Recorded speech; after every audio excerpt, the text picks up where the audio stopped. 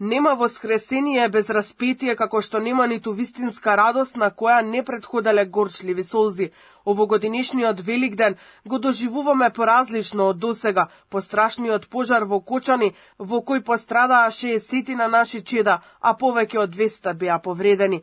Трагедијата закусо време, како ретко кога, го сплоти во тага и во молитви сиот наш народ, но и сите оние кои што сочувствуваа со нас. Истовремено, кочанското страдање на најсуров начин повторно не соочи со немилосрдната стварност на смртта, порачува архиепископот Охридски и Македонски господин Стефан во Великденското послание. По молитвеното испраќање на овие млади луѓе и во привремената разделба со нив, ништо друго не можеше да ни даде сила и утеха, освен прослувањето нив со бодра надеж во воскресението.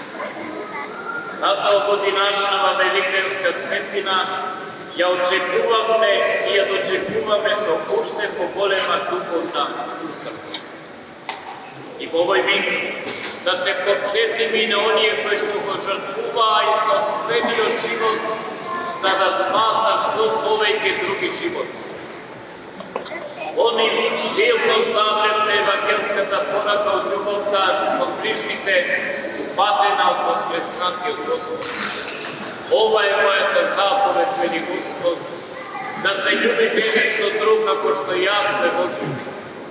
Никој нема поголема љубов од оваа, да ја положи некој својата душа за своите пријатели. Архиепископот, честитајќи го најголемиот христијански празник Великден, потсетува дека Светата црква учи на Христовото искупително дело за спасението на човечкиот род, кое потполно и конечно се оствари преку неговото тридневно воскресение. Господ се вплоти, доброволно се распна, се предаде на страдањата и смртта и воскресна во слава и величие. Со кој јазик да го искажеме и со кој зборови да го опишеме нашето благодарно никој.